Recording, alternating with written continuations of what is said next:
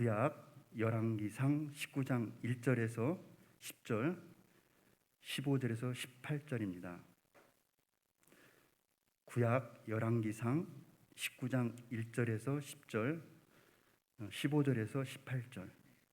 제 성경책으로는 549페이지입니다.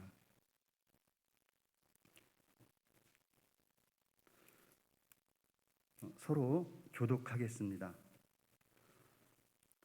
아합이 엘리야가 행한 모든 일과 그가 어떻게 모든 선지자를 칼로 죽였는지를 이세벨에게 말하니, 이세벨이 사신을 엘리야에게 보내어 이르되 내가 내일 이맘때에는 반드시 내 생명을 저 사람들 중 한 사람의 생명과 같게 하리라. 그렇게 하지 아니하면 신이들이 너에게 너를 나타나니라 한지라. 그가 이 형편을 보고 일어나 자기 생명을 위해 도망하여 유대에 속한 브엘사바에 이르러 자기 사환을 그곳에 머물게 하고, 자기 자신은 광야로 들어가 하루 길쯤 가서 산 로뎀나무 아래에 앉아서 자기가 죽기를 원하여 이르되 여호와여 넉넉하오니 지금 내 생명을 거두시옵소서. 나는 내 조상들보다 낫지 못하니이다 하고 로뎀나무 아래에 누워 자더니 천사가 그를 어루만지며 그에게 이르되 일어나서 먹으라 하는지라. 본즉 머리맡에 10불의 구운 떡과 한 병 물이 있더라. 이에 먹고 마시고 다시 누웠더니 여호와의 천사가 또 다시 와서 어루만지며 이르되 일어나 먹으라. 내가 갈 길을 다 가지 못할까 하노라 하는지라. 이에 일어나 먹고 마시고 그 음식물의 힘을 의지하여 40주 40야를 가서 하나님의 산 호렙에 이르니라. 엘리야가 그곳 굴에 들어가 거기서 머물더니 여호와의 말씀이 그에게 임하여 이르시되 엘리야야 내가 어찌하여 여기 있느냐. 그가 대답하되 내가 만군의 하나님 여호와께 열심히 유별하오니 이는 이스라엘 자손이 주의 언약을 버리고 주의 제단을 헐며 칼로 주의 선지자들을 죽였으니 오직 남은 남편은 그들이 내 생명을 찾아 빼앗으려 하나이다. 자, 15절입니다. 여호와께서 그에게 이르시되 너는 내 길을 돌이켜 광야를 통하여 다메섹에 이르거든 하사엘에게 기름을 부어 아랍의 왕이 되게 하고, 너는 또 nim시의 아들 예후에게 기름을 부어 이스라엘의 왕이 되게 하고 또 왕인 노르와 사밧의 아들 엘리사에게 기름을 부어 너를 대신하여 선지자가 되게 하라. 하사엘의 칼을 피하는 자를 예후가 죽일 것이요 예후의 칼을 피하는 자를 엘리사가 죽이리라. 그러나 내가 이스라엘 가운데 7천 명을 남기리니 다 바알에게 무릎을 꿇지 아니하고 다 바알에게 입맞추지 아니한 자니라. 아멘. 오늘 말씀은 대전 광영교회 유재식 목사님께서 기대가 실망으로 바뀔 때란 제목으로 말씀 선포해 주시겠습니다. 많은 은혜 받으시기 바랍니다.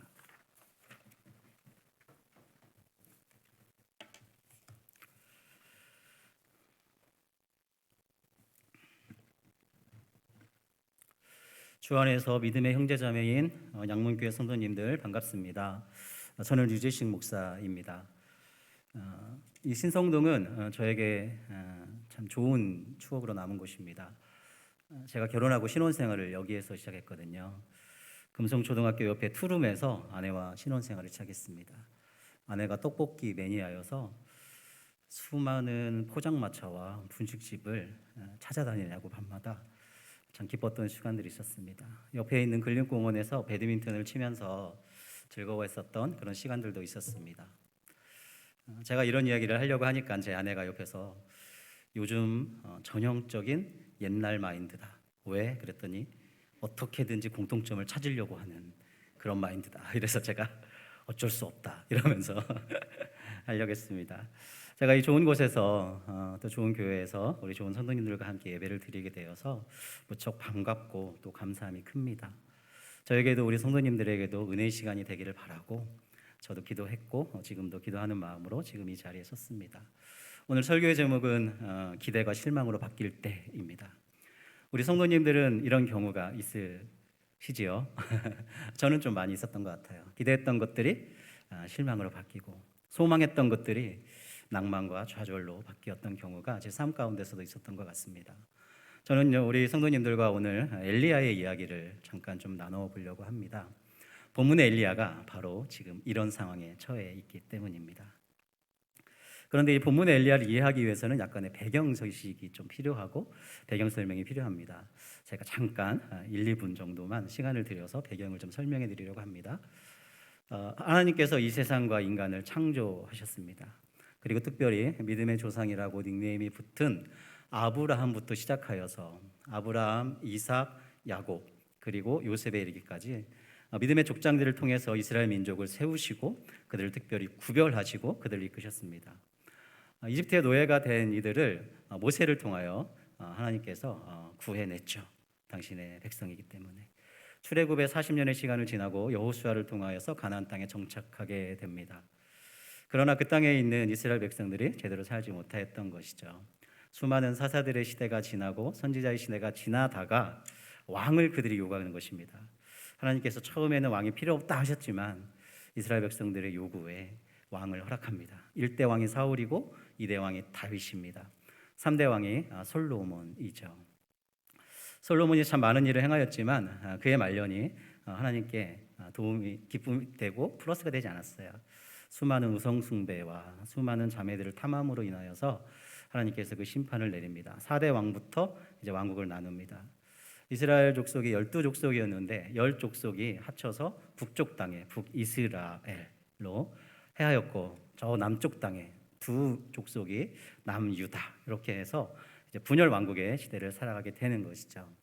엘리야는 이 분열 왕국 시대에 특별히 북이스라엘의 제 7대 왕인 아합 왕의 시대에 활동했던 하나님의 선지자입니다. 엘리야는 우리가 본문은 19장부터 살펴보겠지만 사실은 17장부터 등장합니다. 하나님께서 엘리야를 불러서 하나님의 말씀을 전하라고 했습니다. 그 당시 어떤 상황이었냐면 아합 왕과 그의 왕비 이세벨이 이방 여인이었는데 상당히 좀 파워가 셌던 것 같아요.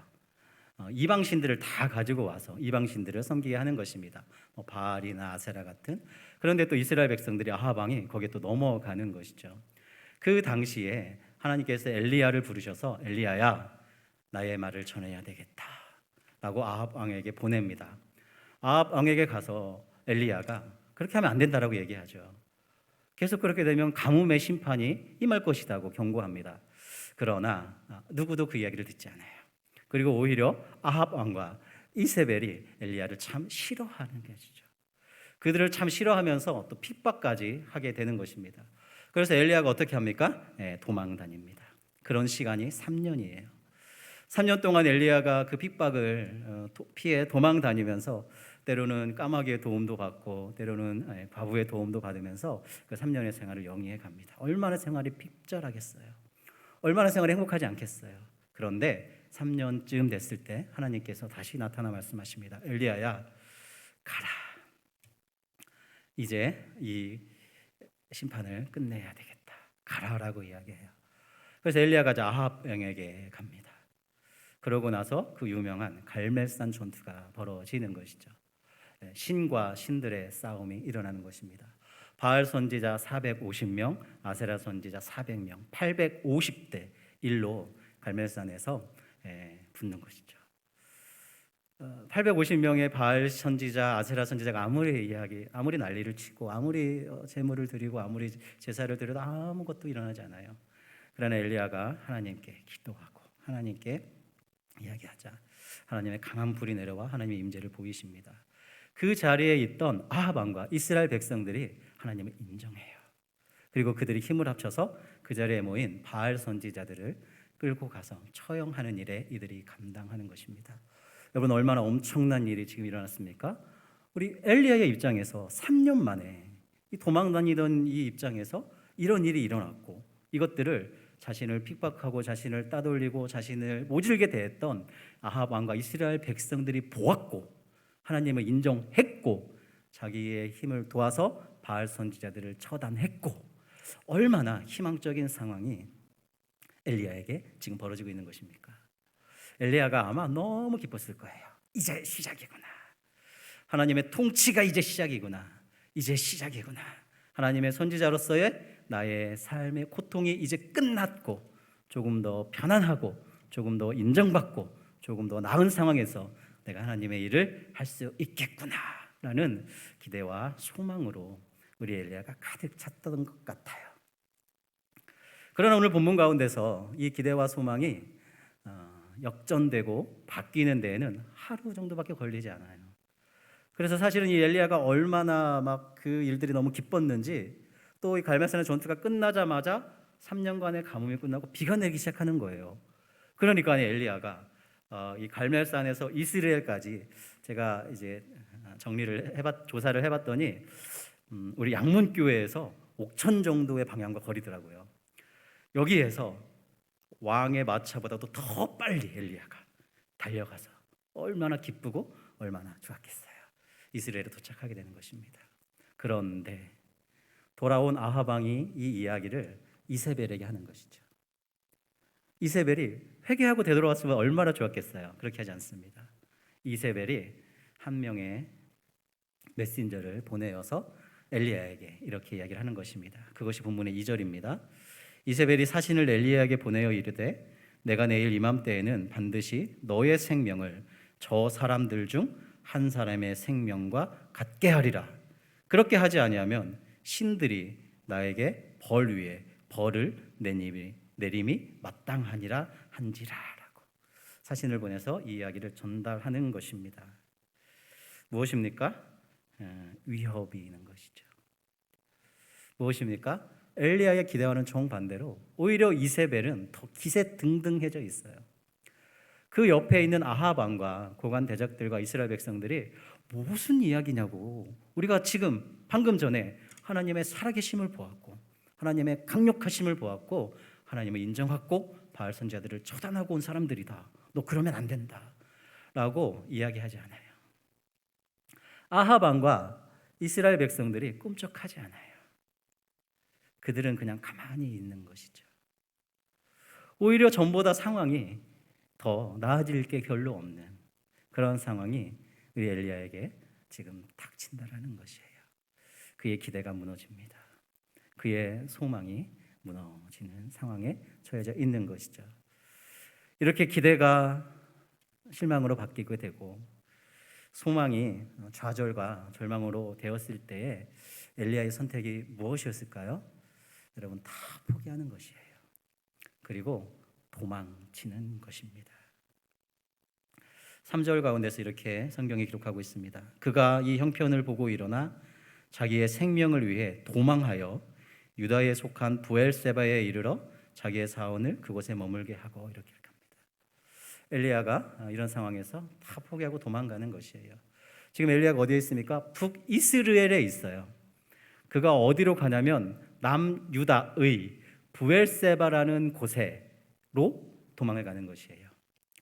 거리와 대충 상황을 계산해 보니까 아주 쉽게 북평양에서 남서울까지의 거리더라고요.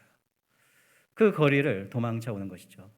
요즘처럼 뭔가 이렇게 막 철조망이 있고 경계가 확실하고 그러진 않았겠지만 다 포기하는 것이죠. 다 내려놓는 것이에요. 더 이상 못하겠다는 것이에요. 그래서 결국은 왕국을 넘어서 남유대의 부엘세바에 있는, 부엘세바는 광야로 유명한 곳이거든요. 그곳까지 우리 엘리야가 도망쳐 나온다라는 것입니다. 거기에서 사환을 같이 온 종을 남겨두고 하루를 더 걸어 광야에 들어가 하나님 앞에 1대1로 그가 섭니다. 4절 가운데 이렇게 갑니다. 자기 자신은 광야로 들어가 하룻길쯤 가서 한 로뎀나무 아래에 앉아서 자기가 죽기를 원하여 이르되 여호와여 넉넉하오니 지금 내 생명을 거두시옵소서. 나는 내 조상들보다 낫지 못하니이다 하고 있는 것이에요. 뭡니까? 하나님, 이게 뭡니까? 이게 더 이상 못하겠어요. 더 바랄 것도 없습니다. 차라리 나를 죽이십시오. 내가 하나님의 선지자로 할 것 다 해봤고 이들이 변화될 것 같았는데 더 이상 변화되지도 않고 제가 더 이상 더는 할 수가 없어요. 더 못하겠어요. 차라리 이제 생명을 거둬가십시오 라고 지금 엘리야가 울부짖고 있는 것입니다. 여전히 악의 세력이 계속되고 바뀌지 않는 현실 가운데서 기대가 실망으로 바뀌고 소망이 실망과 좌절로 다가올 때, 내가 원하던 대로 되지 않을 때에 엘리야에게 다가온 것은 지침과 탈진이었어요. 그리고 두려움에 압도됩니다. 그는 하나님을 향한 원망이 가득합니다. 자포자기의 마음으로, 자기 연민으로 가득 차 있어요. 우리의 몸과 마음과 육신이 다 연결되어 있는 것처럼 지금 엘리야에도 육신도 마음도 영혼도 너무너무 어려운 상황 가운데로 지금 엘리야가 들어가고 처해져 있다는 것입니다. 물론 저만의 생각이 들 수 있지만 엘리야의 이런 모습 가운데서 저는 저의 모습을 봅니다. 그리고 제가 구체적으로는 다 모르지만 여기 계신 우리 성도님들 또한 이러한 적이 있지 않았을까, 혹시 지금 이러지 않을까라는 생각으로 좀 겹쳐 보이는 부분이 제 안에 있습니다. 여러분, 만약에 그러하다면 귀를 쫑긋 세우십시오. 눈을 뜨십시오. 마음을 여십시오. 왜냐하면 이런 엘리야에게 이제부터 하나님이 나타나시기 때문입니다. 하나님은 5절부터 등장하십니다. 로뎀나무 아래 누워 자더니 천사가, 하나님이 보냈겠죠? 천사가 그를 어루만지며 그에게 이르네 일어나서 먹으라 하는지라 합니다. 하나님이 이런 엘리야에게 어떻게 합니까? 꾸짖지 않아요. 비아냥거리지 않습니다. 나무란지 않습니다. 이런 엘리야를 그냥 받아주세요. 이런 엘리야를 그냥 마음 아파하면서 그냥 품어주시는 분이죠. 천사를 보내서 잠든 엘리야를 떡과 물로 먹이시고 돌보십니다. 하나님의 마음이 어땠을까?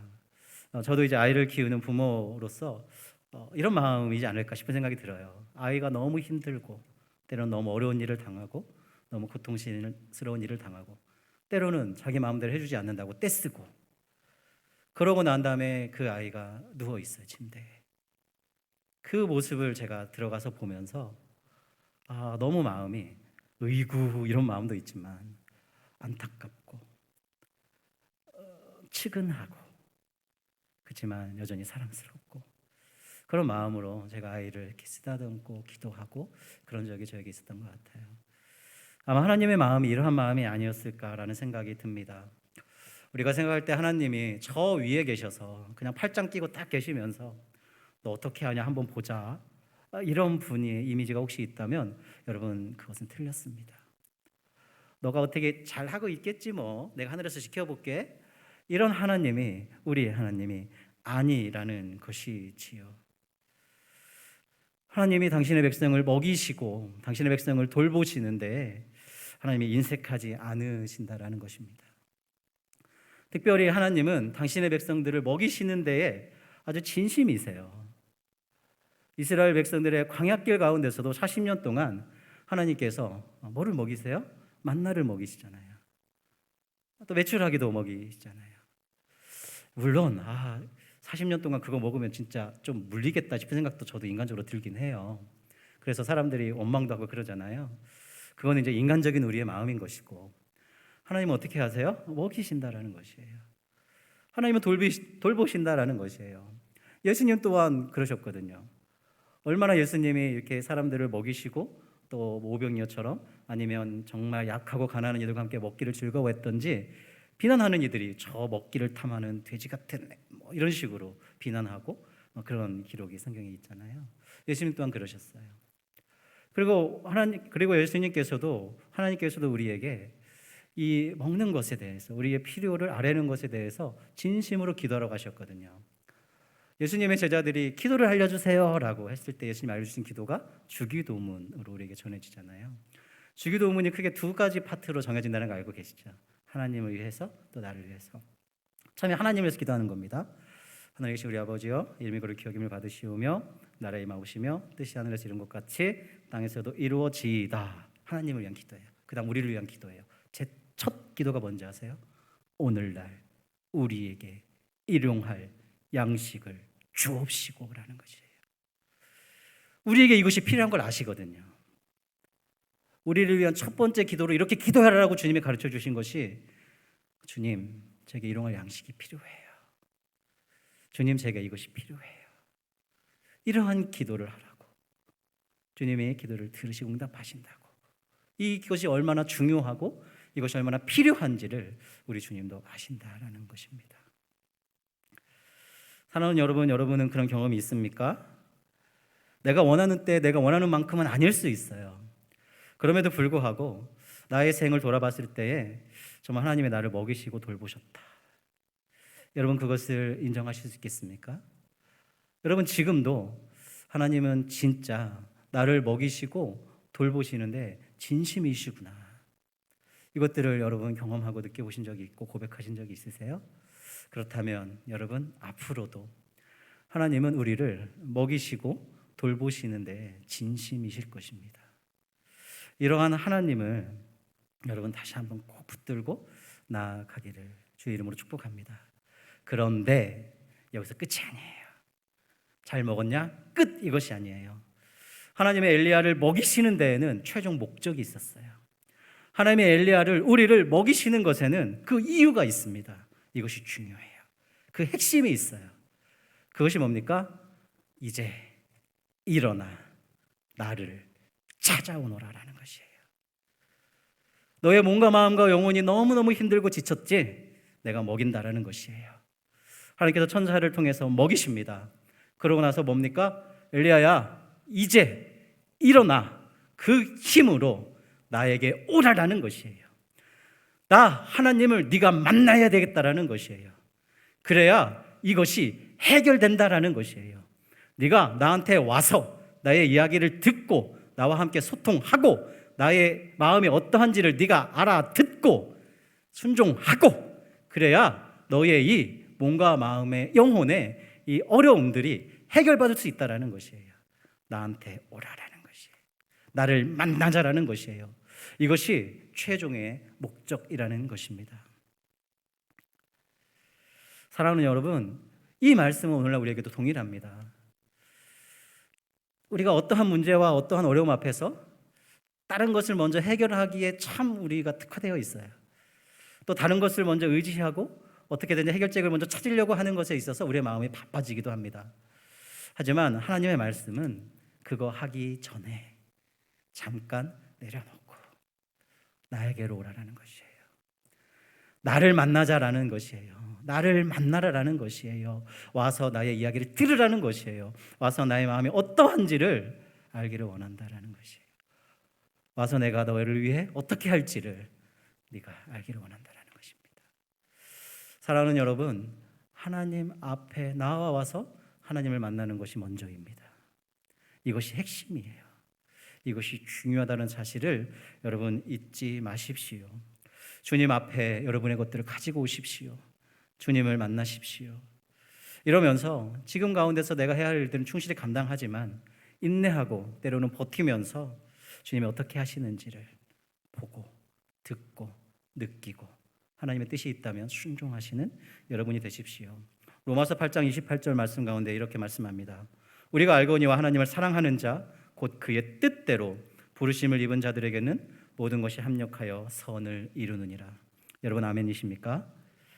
우리가 알거니와 하나님을 사랑하는 자, 그분의 뜻대로 부르심을 입은 우리 하나님의 자녀들에게는 우리의 모든 일이 합력하여 선을 이루어 가신다라는 것이에요.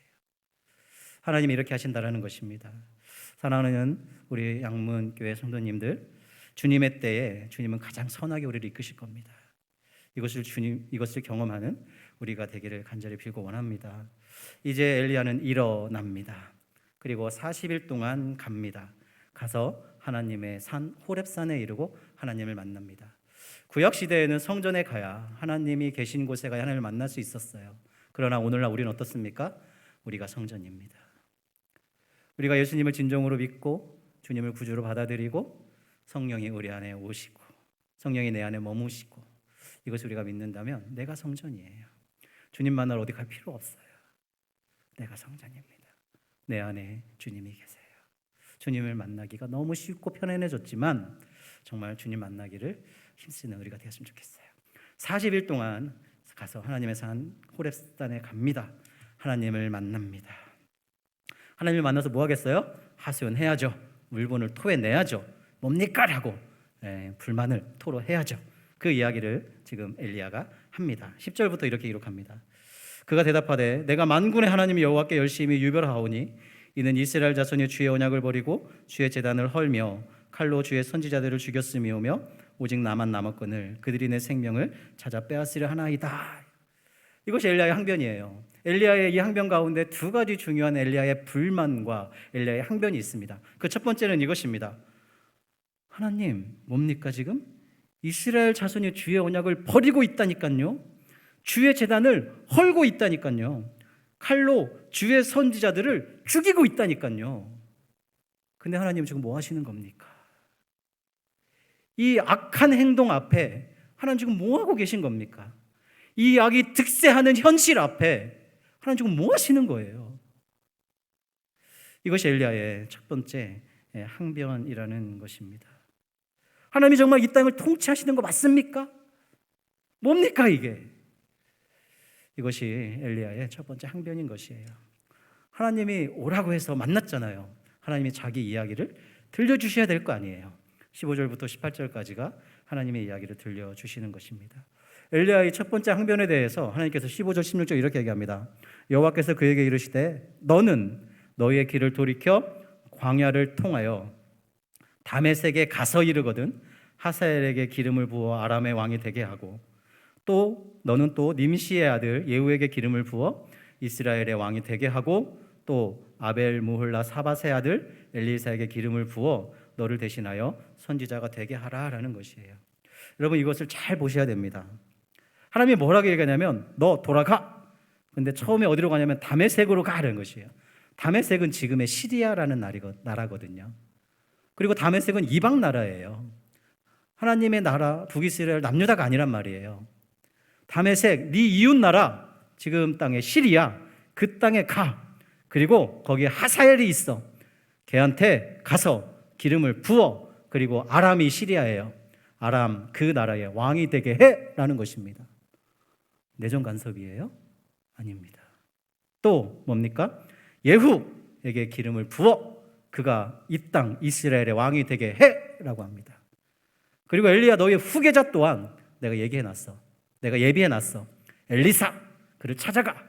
그리고 그에게 기름 부어 너의 후계자로 삼아라는 것이에요. 하나님께서 지금 뭐하고 계시는 겁니까?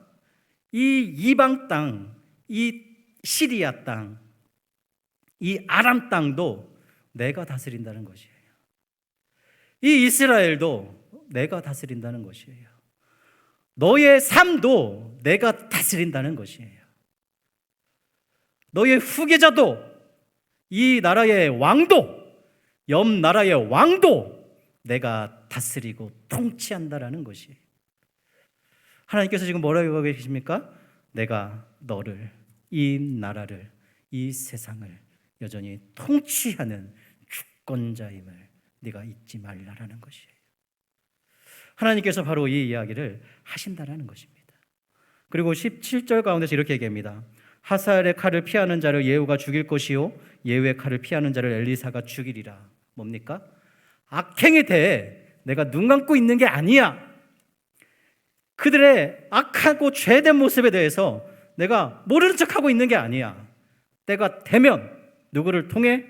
하사엘을 통해, 예후를 통해, 엘리사를 통해 그들을 심판할 거야 라고 하나님께서 말씀하시는 거예요. 엘리야야 그거 아니야.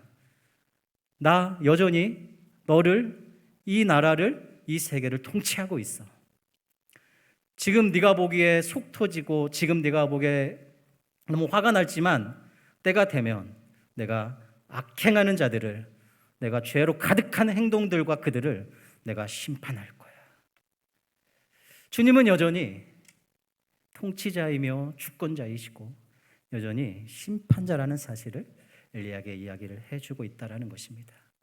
나중에 기록을 보면 하나님의 이 이야기가 다 이루어진다는 것을 우리는 알 수 있어요. 사랑하는 여러분, 제가 어느 날 자고 일어났더니 눈앞이 깜깜한 거예요. 아무것도 안 보이는 거예요. 너무 놀래갖고 왜 이러지? 하고 했더니 제가 안대를 끼고 자고 있다는 사실을 나중에 알았어요. 여러분, 때로 저는 손이 좀 작은 편이지만 우리의 손이 우리의 눈을 딱 가리면 우리는 우리의 시야가 너무 가리워지고 그래서 아무것도 안 보이는 캄캄한 것이 전부일 때가 느껴질 때가 있어요. 하지만 손을 떼고 보면, 안대를 벗고 보면 그거는 이 정도 사이즈거든요. 이게 맞는 거거든요. 때로는 눈에 보이는 상황과 나의 생각에 깊이 매몰되다 보면 하나님이 보이지 않을 때가 있습니다. 하나님이 너무 작게 느껴질 때가 있어요. 하지만 하나님은 처음부터 지금도 앞으로도 나의, 우리 가정의, 이 나라의, 온 세상의 통치자이십니다. 그분은 그분의 뜻대로 다스릴 것입니다. 그분은 주권자이십니다. 그리고 내가 원하는 때 원하는 방법으로 이루어지지 않을지라도 그분의 때에 정확히 심판하실 것입니다. 하나님이 바로 이러한 하나님임을 기억하십시오. 하나님은 언제나 어디서나 지켜보고 계시는 분이라는 것이에요. 하나님이 나중에 세운 이 세 명이 심판의 대행자가 되는 것처럼 언젠가 하나님의 뜻대로 하나님이 통치하시면서도 심판하기를 게을리하지 않을 것이라는 것을 엘리야에게 이야기해 줍니다. 바로 이 하나님이 오늘날 우리에게도 내가 바로 이래라고 말씀하시는 하나님임을 믿고 받아들이는 여러분이 되시기를 소망합니다. 여러분 한번 따라해 보시겠습니까? 하나님은 나와 이 세상의 통치자이시고 반드시 악을 심판하시는 분이십니다. 이런 하나님을 꼭 붙잡는 여러분이 되십시오. 10절 가운데서 엘리야의 두 번째 불만이 이것입니다. 내가 만군의 하나님 여호와께 열심히 유별합니다 라는 것이에요. 후반부에 오직 나만 남았습니다 이것입니다. 뭡니까? 주님, 나만 남았어요. 하나님의 뜻대로 살아가는 사람은 나만 남았어요. 생각해 보니까 나만 주님에 대한 열심이 유별하네요. 나만 참 열심히 했군요. 이것입니다. 한편으로는 외로움이죠. 나밖에 없네요. 이런 사람들이 나밖에 없네요. 외로움입니다. 한편으로는 은근히 이 안에 있는 비교입니다. 하지만 하나님께서 이것에 대해서도 말씀해 주셔야 될 거 아니에요? 18절에 말씀합니다. 그러나 내가 이스라엘 가운데 7,000명을 남기리니 다 바알에게 무릎을 꿇지 아니하고 다 바알에게 입맞추지 아니한 자니라 라는 것이에요. 엘리야야, 네가 못 볼 수 있어. 때로는 네가 생각하지 못할 수 있어. 그러나 너와 같이 나에게 열심인 사람, 너와 같이 나를 향한 열정으로 나를 배반하지 않는 사람들이 7,000명이 있어 라고 얘기합니다. 그 당시에 이 핍박이 가득한 이 시대에도 7,000명은 적은 수가 아니겠죠. 그러나 사실은 한쪽으로는 7,000명이 상징수다라고 해석하는 분들도 참 많습니다. 성경에 이제 여러 숫자가 있지만 7은 완전수입니다. 그리고 1,000은 무한대, 영원함을 이야기하는 거죠. 그래서 출애굽 시대에도 내가 너에게 복을 1,000대까지 베풀리라 하나님 말씀하실 때에 곱하기 1,000년 이것이 아니라 무한적으로 영원이라는 뜻인 거죠. 하나님께서 뭘 얘기하십니까? 아니야. 여전히 나를 향한 마음을 갖고 있는 사람이 7,000명 혹은 나의 백성이 영원히 그곳에 있어. 네가 못 느낄 뿐이야. 네가 모를 뿐이야. 네가 남들보다 더 열심히, 네가 남들보다 더 나만 이런 생각을 하고 있을 뿐이야 라고 하나님께서 말씀을 해주시고 있다라는 것입니다. 특히 교회 가운데서 우리가 앞장서서 일을 하시거나 뭔가를 섬기는 위치에 있는 분들은 이것을 조심해야 됩니다. 뭔가를 하다 보면 우리는 다 내 맘 같지 않아요. 그리고 다 약합니다. 그렇기 때문에 꼭 나만 열심히 하는 것 같은 생각이 들 때가 와요. 꼭 나만 시간을 지키는 것 같고, 꼭 나만 약속을 하는 것 같고, 꼭 나만 뭔가 더 특별하게 하는 것 같고, 그 마음이 쌓이면 나만 꼭 손해보는 것 같고, 저 사람은 안 그런데 왜 나만? 이런 마음이 스물스물 우리 안으로 들어올 때도 있습니다. 화도 나고 짜증도 나고 또 외롭기도 하고 또 비교가 되기도 합니다. 하지만 여러분, 이것은 주님이 주신 마음이 아닙니다. 특히 비교는 성경 곳곳에서 우리가 피해야 할 것으로 많이 이야기합니다. 하나님께서 인간을 창조하시고 최초의 살인이 뭡니까? 형 가인이 그의 아우 동생 아벨을 살인했습니다. 인류 최초의 살인이죠. 뭐 때문에 살인했습니까? 비교와 열등감입니다. 왜 내 동생 건 받으시고 왜 내 건 안 받으세요? 우요, 동생아 일로 와봐. 그렇습니다. 사울과 다윗의 이야기 속에서 왜 사울이 패망의 길을 걷습니까? 비교와 열등감입니다. 전쟁을 끝나고 왔는데 사람들이 사울은 천천히고 다윗은 만만이다라는 노래를 부르고 있는 거예요. 왜야? 나보다 더 다윗이? 이런 마음이 사울 안에 들기 시작하면서 사울이 패망의 길을 가고 있는 것입니다. 요한복음 21장을 보면 부활하신 예수님께서 다시 좌절 가운데 빠져있는 제자들을 만나서 그들을 회복시키는 장면이 나오죠. 베드로에게, 제자들의 대표격인 베드로에게 네가 나를 사랑하느냐 3번을 묻고 가서 내 양을 먹이라 라는 사명을 주십니다. 그 다음 이야기도 중요해요. 왜냐하면 이 땅에 살아갈 하나님의 백성들에게, 예수님의 제자들에게 예수님이 주신 메시지가 있기 때문에 그래요. 그러고 나서 예수님이 베드로에게 앞으로 너는 너가 원하는 대로 살지 못할 수 있어. 다른 사람들이 네가 원하지 않아도 이렇게 할 거야 라고 얘기할 때 베드로가 들어온 사람이 한 명 있었어요. 그 순간에 바로 요한입니다. 3년을 같이 예수님과 함께 있었던 사람, 제자 요한. 뭐 구분하기 싫지만 그래도 3명의 특별한 제자들 중에 한 명, 베드로, 야고보, 요한 중에 그 요한. 그러면 주님 알겠고요. 뭐 저는 뭐 그렇게 산다는 거 알겠고요. 제 요한은 어떻게 돼요? 제 요한은 나중에 어떻게 되는데요? 물론 이제 뭐 궁금할 수도 있겠지만 비교도 있는 것으로 많은 성경학자들이 해석을 합니다. 얘 요한은 어떻게 됩니까? 얘는요? 혹시 나보다 그런 마음이 있을 수도 있다는 거죠. 예수님이 한마디로 얘기하세요. 신경 꺼라. 너는 너의 길을 가라 라고 얘기하세요. 저는 이 비교라는 것이 정말 조심해야 된다고 생각합니다. 그리고 비교를 이렇게 해석하는 걸 참 좋아해요. 비교하게 되면 비참해지거나 교만해지거나. 비교가 우리 안에 들어올 때 남들보다 뭔가 못한 것 같아서 우리가 비참해져요. 또 남들보다 뭔가 나은 것 같아서 교만해져요. 우리에게 별로 좋은 것이 아니죠. 하나님의 자녀로 살아가기 합당하지 않다라는 것입니다. 우리 안에 이런 마음이 스물스물 들어올 때 빨리 파악하시고 그것을 내다 버려야 됩니다. 그리고 눈을 들어. 엘리야야, 네 눈에 안 보이지고 네가 못 느끼고 네가 때로는 인정하지 못할지라도 7,000명이 있다니까. 어디에서나 나의 백성은 있다니까. 너의 마음을 가진 나의 자녀들이 있다니까. 그것을 너가 알아야 돼. 이것을 잡으셔야 돼요. 우리 주위를 돌아보아 반드시 우리에게 예배해 놓으신 동역자들이 있음을 우리가 발견하고 이 동역자들과 함께하는 이 동역의식을 갖도록 노력을 하는 것이 필요합니다. 나만 열심히라는 생각도 물리치는 것, 주위를 돌아보아 동역자들이 있다는 것을 발견하고 아는 것, 그리고 이 동역자들과 함께 하나님의 일을 감당해 가는 것, 이 지혜가, 이 마음이 우리에게 필요하다는 것입니다. 주님께서 우리 양문교회 성도님들에게 바로 이런 동역의식과 지혜를 주시기를 축복합니다. 마지막으로 하나님께서 반드시 하나 해결해야 할 일이 있었습니다. 그것은 뭐냐면 자포자기에 빠진 이 엘리야를, 자기 연민에 빠진 이 엘리야를 다시 회복하셨어야 됐어요. 왜냐하면 하나님이 여전히 엘리야를 통해서 하실 일이 있으셨거든요. 그가 다 포기하고 나라를 뛰어넘어 남유다 브엘세바까지 오고 40일을 지나서 호렙산까지 왔잖아요. 그가 하나님의 선지자 일을 맡겼음에도 불구하고는 다 포기한 거거든요. 그 다 포기한 마음이 얼마나 기뻤겠어요? 아니잖아요.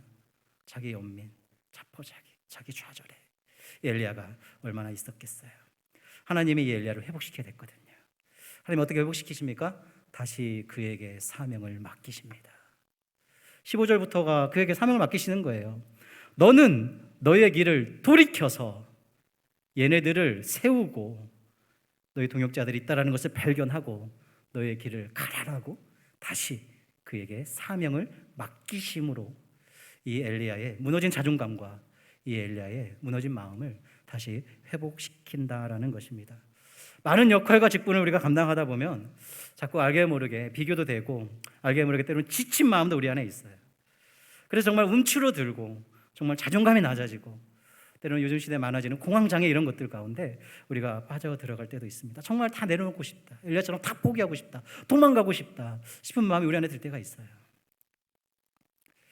이럴 때 내 마음대로 결정하기 전에 하나님 만나기를 원하자고 얘기하잖아요. 하나님 만나자고 얘기하시잖아요. 하나님께 나아가 하나님을 만나시고 나랑 하나님의 뜻이 어디에 있는지를 여러분 들으십시오.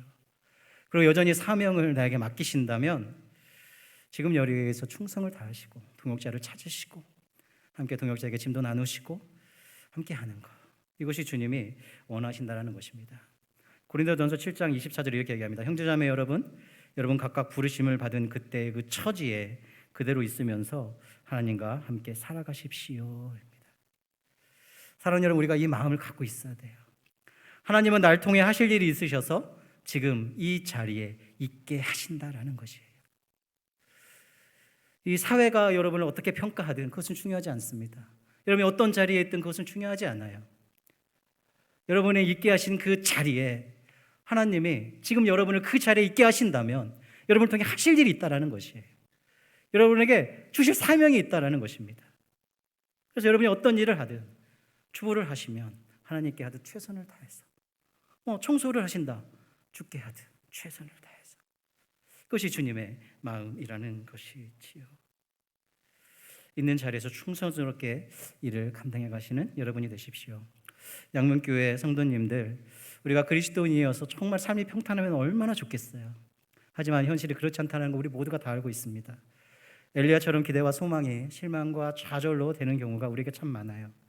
이럴 때도 우리를 기다리시는 우리 주님께 나아가 그분을 만나십시다. 이렇게 주님을 만날 때 우리가 알게 되는 것이 있습니다. 우리의 인생이 하나님의 먹이심과 돌보심이 있는 인생이라는 것을 우리가 알게 될 겁니다. 하나님이 나와 우리 가족과 내가 처해져 있는 곳과 이 나라와 이 세상의 통치자이며 주권자이며 악에 대해서 무시하지 않으시는 심판자라는 사실을 우리가 하나님께 나아가며 알게 될 것입니다. 나 혼자 분투하는 것이 아니라 주의 동역자들과 함께하는 기쁨을 맛보게 될 것입니다. 우리의 여전한 연약함, 우리의 여전한 흔들림 가운데서도 내가 널 통해 할 일이 있다라고 말씀하시며 지금 이 자리에 있게 하시며 다시 사명을 맡기시는 주님의 그런 은혜를 우리가 경험하게 될 것입니다. 이런 기대와 소망으로 하루하루 살아가시는 여러분이 되시길 주의 이름으로 축복합니다. 내가 원하는 대로 되지 않을 수 있어요. 실망의 기대로 바뀔 수 있습니다. 그렇지만 이것은 아직 주님의 때가 되지 않았다라는 것을 우리가 인정하며 겸손히 우직하게 지치지 말고 주님의 자녀다운 삶을 살아가는 우리가 되길 주의 이름으로 축복합니다. 주님이 우리와 함께 하실 것입니다. 기도하겠습니다. 할렐루야. 사랑과 은혜가 풍성하신 하나님 아버지, 오늘도 이 귀한 예배를 드리며 귀한 말씀을 허락하여 주셔서 감사합니다. 때로는 우리가 원하는 대로 되지 아니하고 기대와 소망이 좌절과 절망으로 변화될 때도 많이 있습니다. 주님, 이럴 때 우리가 주님께 나아가고 주님을 만나는 우리가 되게 하여 주십시오. 우리를 먹이시고 돌보시는 하나님을 깨닫게 하여 주시고 나와 이웃, 가족, 이 나라 온 세상을 통치하시고 심판하시는 우리 주님을 알게 하여 주십시오. 주의 동역자들을 주셨음을 인정하며 함께 동역하는 기쁨을 맛보게 하여 주시고 나를 통해 하실 일이 있으셔서 지금 이 자리에 있게 하시며 사명을 주시는 그 주님의 은혜 감사하며 충실하게 하루하루 살아가는 우리가 될 수 있도록 은혜를 베풀어 주시옵소서. 감사드리며 이 모든 말씀 우리 주 예수 그리스도의 이름으로 기도드립니다. 아멘.